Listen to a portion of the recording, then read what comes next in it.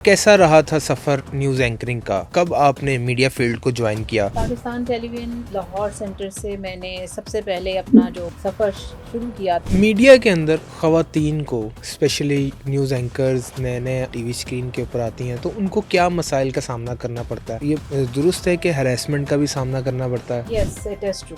Unfortunately I remember when I was doing that, ये कहा जाता था कि आप चाय नहीं पीती बैठकर। तो मेरा आगे से जवाब ये था कि सर, अगर मैंने कोई फंबल किया है, मेरी कोई गलती है, मुझे वो बताएं और चाय को छोड़ जाने दें। I was a very bold female at that time. And the second very main thing कि मुझे फाइनेंशियल कंस्ट्रेन की वजह से आई वाज नॉट देयर। बहुत सारे लोग जब मीडिया का रुख करते हैं तो वो फाइनेंशियली इतने नीडी होते हैं कि वो फिर किसी भी चीज में ढलने के लिए तैयार होते हैं। मुझे फाइनेंशियल इश्यूज भी नहीं थे। मुझे जब इस किस्म को फेस करना पड़ता था, हम फीमेल बिहेव करती हैं जैसे हमें आपकी बात समझ नहीं आई, and we do this. News casters हैं, यंग गर्ल्स हैं, उनको हरासमेंट का जिनको सामना करना पड़ता है, उन्हें आप क्या मशवरा देंगे कि करना क्या चाहिए? नीडी बिहेव मत करें कि अगर खुदा ना खास्ता आपको वो चीज़ नहीं मिलेगी तो आपके लिए आपका करियर ख़त्म हो जाएगा। और बड़ा स्ट्रेट होकर अगले शख्स को बताएं कि मैं इस चीज़ के लिए एग्री नहीं हूँ। इशरत फातिमा साहिबा के हवाले से काफ़ी न्यूज़ में थी Exactly. वो। उन्होंने रेडियो पाकिस्तान को जब छोड़ा तो उन्होंने एक वीडियो जारी की कि मैं रिटायर नहीं होना चाहती, मुझे जानबूझ के रिटायर किया जा रहा है। फिर अता तारड़ साहब ने उन्हें पीटीवी में जॉब ऑफर की। आप ये समझती हैं कि उन्हें अब रिटायरमेंट वाकई ले लेनी चाहिए और उन्हें ये मुतालबा नहीं करना चाहिए था? मेरा ये ख्याल है कि वक्त बदल रहा है। मुझे इससे कोई इनकार नहीं है कि वो बहुत टैलेंटेड हैं। उम्र अपनी जो है वो इस इदारे को दे दी है, मीडिया को। आई डू बिलीव कि हमें नए आने वाले लोगों के लिए ना जगह बना के रखनी चाहिए। यूनिवर्सिटीज में पढ़ा सकती थी वो किसी भी और जगह पर आकर। बिस्मिल्लाहिर्रहमानिर्रहीम, अस्सलाम वालेकुम, welcome to a very special episode of एक न्यूज़ ऑफिशियल पॉडकास्ट। मैं हूं खावर बुखारी। आज जो मेहमान हमारे साथ मौजूद हैं, इनका तारुफ मैं आपको करवाता चलूं। ये न्यूज़ एंकर भी रही हैं और फिर शायर भी रही हैं। मुझे ये पता चला है कि ये गा भी लेती हैं और अब लाइफ कोच भी हैं। डॉक्टर फ़राल मोमिनीन, अस्सलाम वालेकुम मैम। वालेकुम अस्सलाम। मैम, इतने सारे डेजिग्नेशन आपके, और आप न्यूज़ एंकर भी रही हैं, मीडिया में भी काम करती रही हैं और फिर आप शायरा भी रही हैं और फिर आप गा भी लेती हैं और फिर आप शायरा भी रही नहीं हूँ, शायरा मैं हूँ। अच्छा, अभी हैं आप, या यानी कि एग्जैक्टली, छोड़ा नहीं है वो कोई शायरी करना, डेजिग्नेशन ऐसा नहीं है जो खत्म हो जाता है खत्म है। वक्त के और साथ। फिर दूसरी बात ये कि आप लाइफ कोच भी हैं, या मतलब कि लोगों की पर्सनैलिटीज़ के हवाले से, लोगों के रिलेशनशिप्स के हवाले से उनको एडवाइस भी करती हैं। यस तो एग्जैक्टली। इतने सारे पर्सनैलिटी जो हैं, ट्रेट्स कहते हैं इन्हें, वो आप संभालती कैसे हैं? आपको मतलब कि मुश्किल नहीं होती कि कोई आपको कहे कि आप शायरा हैं तो आप नहीं कहती मैं लाइफ कोच हूँ? कोई आपको कहे आप लाइफ कोच हैं तो आप कहनी मैं एक्स न्यूज़ एंकर हूँ। हाँ, नहीं, नहीं, मेरा ख़्याल है ये सब एक्चुअली ये आर्ट्स से रिलेटेड हैं सारी चीज़ें।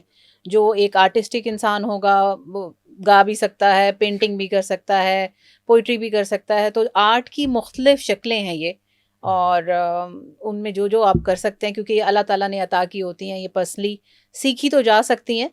मगर इसको बेसिकली आपके अंदर अल्लाह ताला की तरफ से ही आर्ट मौजूद होता है। तो मैम, ये कैसा रहा था सफ़र न्यूज़ एंकरिंग का, और कब आपने मीडिया फील्ड को ज्वाइन किया और पहला चैनल कौन सा था? Pakistan television news Lahore centre से मैंने सबसे पहले अपना जो सफ़र शुरू किया था वो पाकिस्तान टेलीविज़न लाहौर लाहौर, सेंटर, या और PTV Lahore. As a news caster ही मेरे करियर का आगाज़ हुआ था। और it was back in 2003। Back in 2003 से लेकर तकरीबन 6 तक मैंने जो है उसके अंदर काम किया। और जो रीजनल न्यूज़ होती हैं उस वक्त पंजाबी न्यूज़ होती थी और उर्दू न्यूज़ होती थी, दोपहर में वो पढ़ा करती थी मैं। इशरत फातिमा तो आपकी सीनियर होंगे ना? जी, जी, वो बहुत ज़्यादा सीनियर जी, होंगी, तो बिल्कुल उनके ऐसा। साथ मुलाकात रहती थी आपकी? वो नहीं, सीखा उनसे? नॉट एग्जैक्टली, बिकॉज़ इशरत जो थी वो इस्लामाबाद से न्यूज़ पढ़ती थी। आपने सीखा उनसे कुछ? आप नहीं, के इस तरह मतलब कि से देखा नहीं, उन्हें? नो, नो, नो, नॉट हम पीटीवी का ना एक बहुत खूबसूरत चीज़ ये है कि वो एक इंस्टीट्यूट है, और वहाँ पर जब बाकायदा कुछ भी शुरू किया जाता है, या स्पेशली आप स्क्रीन पे आना शुरू होते हैं, तो आपकी ना कुछ हफ्ता ट्रेनिंग्स होती हैं जो कि मैंने किसी और चैनल में नहीं देखी। उस ट्रेनिंग में वो हमें पॉजेस लगाना सिखाते हैं, लफ्ज़ों पे ज़ोर देना सिखाते हैं, प्रोनाउंसिएशन इम्प्रूव करवाना सिखाते हैं। तो मैंने बहुत कुछ पाकिस्तान टेलीविज़न न्यूज़ से सीखा और फिर बहुत सारे और लोगों को सिखाया भी।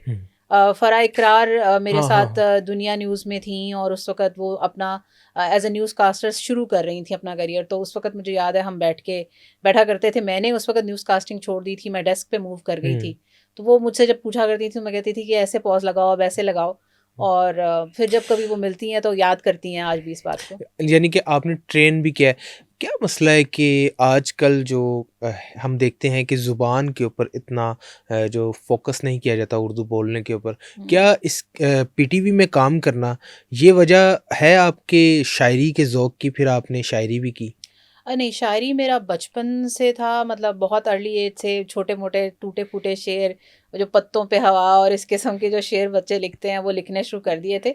उसमें पाकिस्तान टेलीविज़न न्यूज़ का तो कोई हाथ नहीं था, लेकिन वो मेरी अपनी ज़ाती एक क्या कह सकते हैं उसकी पर्सनैलिटी का हिस्सा है। उर्दू बोलना, हुँ, हुँ। अब मैं अभी भी देख रहा हूँ कि आप जो तलफ़्फ़ुज़ अदा कर रही हैं वो ख़ासे ठीक-ठाक हैं और उर्दू बोलना हुँ। वहाँ पे मुकम्मल ट्रेनिंग वहाँ पे होती है, क्लासेस होती हैं पाकिस्तान टेलीविज़न में, या फिर आपको पहले से इस चीज़ का था कि मैंने इस तरह ही बोलना है? नहीं, क्लासेस नहीं होती, लेकिन मेरी ग्रूमिंग में मैं ज़रूर कहूँगी कि पाकिस्तान टेलीविज़न का बहुत बड़ा हाथ है। हुँ। वहाँ पर बाकायदा क्लासेस नहीं होती, मगर कुछ हफ्ता हमें ट्रेन किया जाता है जब हमने स्क्रीन पर आना होता है। सही, सही। जब तक हमारी वो ओके नहीं कर देते कि हाँ जी अब ये बोल पाएंगी स्क्रीन पर, तब तक हम स्क्रीन पे नहीं आते। हुँ। अब तो इस किस्म का सिस्टम कहीं पर भी मौजूद नहीं है। डाँट पड़ी कभी आपको जब आप यंग थी, मतलब कि जब उस वक़्त जब आप न्यूज़ एंकरिंग वग़ैरह कर रही थी और कब नया-नया करियर स्टार्ट हुआ था, हम्म। तो ऐसी डाँट पड़ी हो आपको कि जिसने आपको परेशान कर दिया हो कि बस मैं यहाँ से छोड़ के, इस तरह तो मुझे कभी मेरे वालिद साहब ने नहीं डाँटा,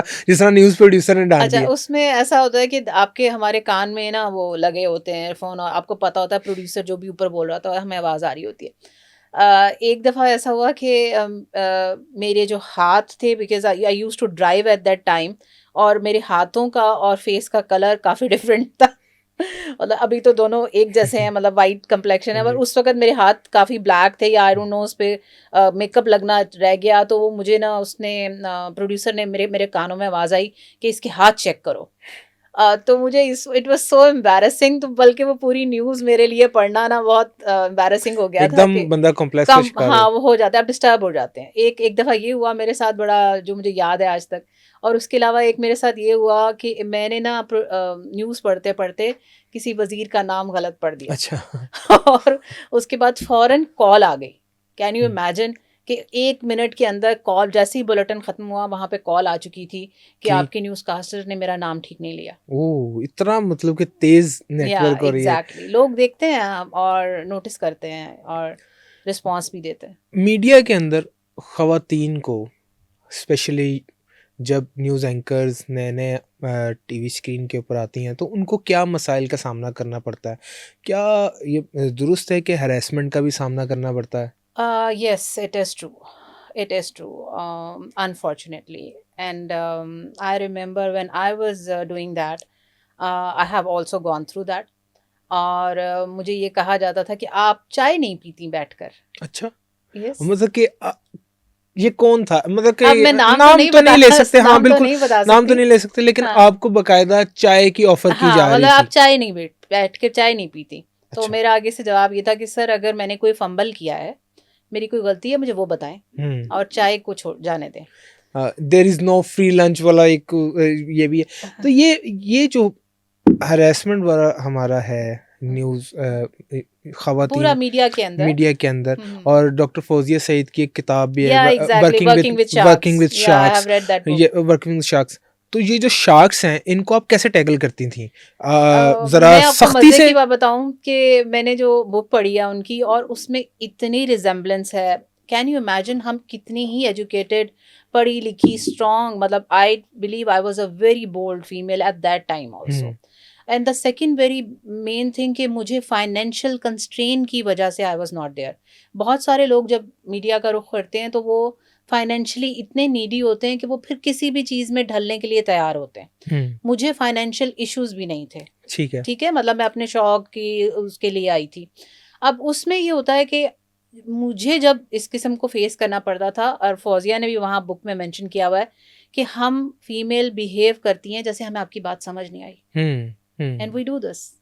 और ये अब मैं आपसे असल सवाल की तरफ आ रहा हूँ, जो ओके। आपका वो भी है, जो आप मुझे बताएँगी भी कि ये सबसे बड़ी गलती है फीमेल की कि वो प्रिटेंड करती हैं कि उन्हें उन्हें समझ नहीं हाँ, आई बात मगर की। उस वक़्त जब अगर आप मैच्योर नहीं हैं, आपको समझ नहीं आ रही कि मुझे कैसा रिएक्ट करना है, चूँकि उस वक़्त एज भी बहुत यंग थी, तो मोस्टली यही रिएक्शन फीमेल शो करती है कि मुझे आपकी बात की समझ ही नहीं आई। I hmm, I don't know what you are actually saying. तो वो अगर आपसे कोई कह रहा है कि अच्छा चलो आप मेरे साथ खाना खा लेना और बस हम मैरियट तक जाएँगे, या Marriott is not in Lahore, is in Islamabad, hmm, और हम मैरियट तक जाएँगे और आप खाना खा लेना और फिर हम वापस आ जाएँगे। तो इट इज़ वेरी अंडरस्टूड कि बहुत एक डीप बात वो आपको कह गया है। अब हुँ, आप उसको बिहेव कर रहे हैं कि सर खाना रहने देते हैं, मैं आपको यहीं कुछ खिला देती हूँ। You know hmm, what he is saying, but you are actually you know denying the situation and you are just telling कि नहीं, नहीं सर आप ऐसे कर लें, ऐसे कर लें। तो आप प्रिटेंड कर रहे हैं कि मुझे आपकी बात समझ नहीं आ रही।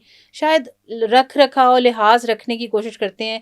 मैक्सिमम जब करियर बच जाए कि करियर नो, ना। मैक्सिमम लिमिट तक हम यही कोशिश करते हैं कि अगले को इतना डिग्रेड ना करें कि मतलब अपनी शर्म लिहाज वो खुद ही अपने पास रख प्लीज़ ले। आप तो कॉफ़ी भी लेना, या साथ आपकी श्योर श्योर, कॉफ़ी ठंडी थैंक हो यू सो जाएगी। Much, thank you. जी। तो वो हम कोशिश करते हैं कि मतलब अब मैंने बताया ना कि फौजिया की बुक में भी मैंने उनकी भी बहुत सारी ऐसी सिचुएशंस पढ़ी कि एक हेड होते हुए, एनजीओ को इतनी अच्छी पोजीशन पे होते हुए, she was not able to directly say them कि मुझे ये बात समझ हुँ। नहीं आ रही है, मुझे क्यों बात कर रहे हैं आप। करना क्या चाहिए? आप यंग गर्ल्स को आप मशवरा दें। मैं हम्म, चाहूँगा कि आप अगर आई कॉन्टैक्ट भी कर लें तो कोई प्रॉब्लम नहीं है मेरे लिए। हम्म, जो नए न्यूज़कास्टर्स हैं, हम्म, यंग गर्ल्स हैं, उनको हम्म, हरासमेंट का जिनको सामना करना पड़ता है, हम्म। उन्हें आप क्या मशवरा देंगे कि करना क्या चाहिए उन्हें? मेरा तो ख़्याल है कि सबसे पहले एज़ अ नीडी बिहेव मत करें, कि अगर खुदा ना ख़ास्ता आपको वो चीज़ नहीं मिलेगी तो आपके लिए आपका करियर ख़त्म हो जाएगा, या ये आखिरी प्लेस होगी जहाँ पर आप काम कर रहे होंगे।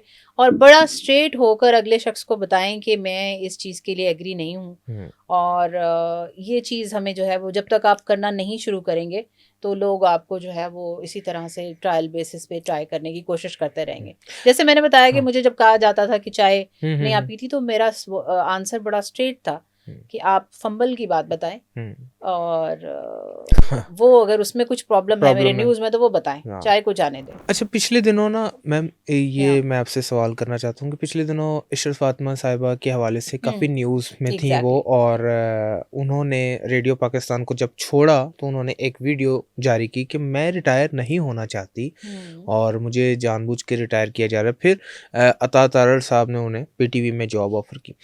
एक न्यूज़ कास्टर की एक लाइफ़ है। हम्म, न्यूज़ हम्म, पढ़ने वाले, फिर वो इवेंचुअली इवॉल्व करता है, या वो कहीं पे प्रोडक्शन में चला जाता है, या वो हम्म, टीचिंग में चला जाता है, या वो हम्म, फिर वो प्रोग्रामिंग में चला जाता है, प्रोग्राम उसको मिल जाता है। एक लाइफ है ना न्यूज़कास्टर की। हम्म। आप ये समझती हैं कि उन्हें अब रिटायरमेंट वाक़ई ले लेनी चाहिए और उन्हें ये मुतालबा नहीं करना चाहिए था हुकूमत से या हाँ, अता तारड़ मेरा साहब ये से? ख्याल है कि वक्त बदल रहा है। मुझे इससे कोई इनकार नहीं है कि वो बहुत टैलेंटेड हैं, वो उनका बोलने का अंदाज़, उन्होंने एक उम्र अपनी जो है वो इस इदारे को दे दी है, मीडिया को। हुँ, मगर मेरा ये मानना है कि अब जो मतलब मैं भी अगर जैसे I am head of department of Lahore media garrison. Studies, hmm, Lahore garrison university. I do believe कि हमें नए आने वाले लोगों के लिए ना जगह बना के रखनी चाहिए।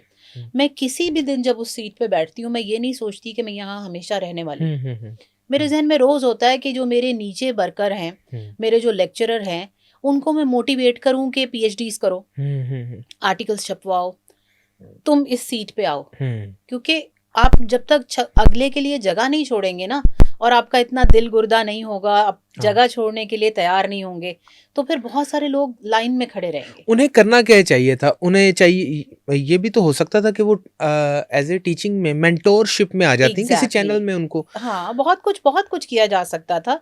बजाय इस मुतालबे के बहुत कुछ किया जा सकता था। मगर मेरा ख़्याल है कि हमें शी नए। चूज़्ड एंकरिंग। अ, हाँ, तो ये गलत फैसला था उनका? नहीं, मैं एंकरिंग चूज़ करने के ऊपर उनके खिलाफ नहीं हूँ। हुँ, मेरा हुँ, ख़्याल है कि जब अगर एक चीज़ जा रही है तो हमें बड़े खुश दिली से उसको जाने देना चाहिए, हुँ, और अपनी सिचुएशन और अपनी जगह को कहीं पे भी और हम सेटल कर सकते हैं। हम यूनिवर्सिटीज़ में पढ़ा सकती थी वो किसी भी और जगह पर आकर, हुँ। तो वो किसी और जगह पर अपने आप को लोकेट कर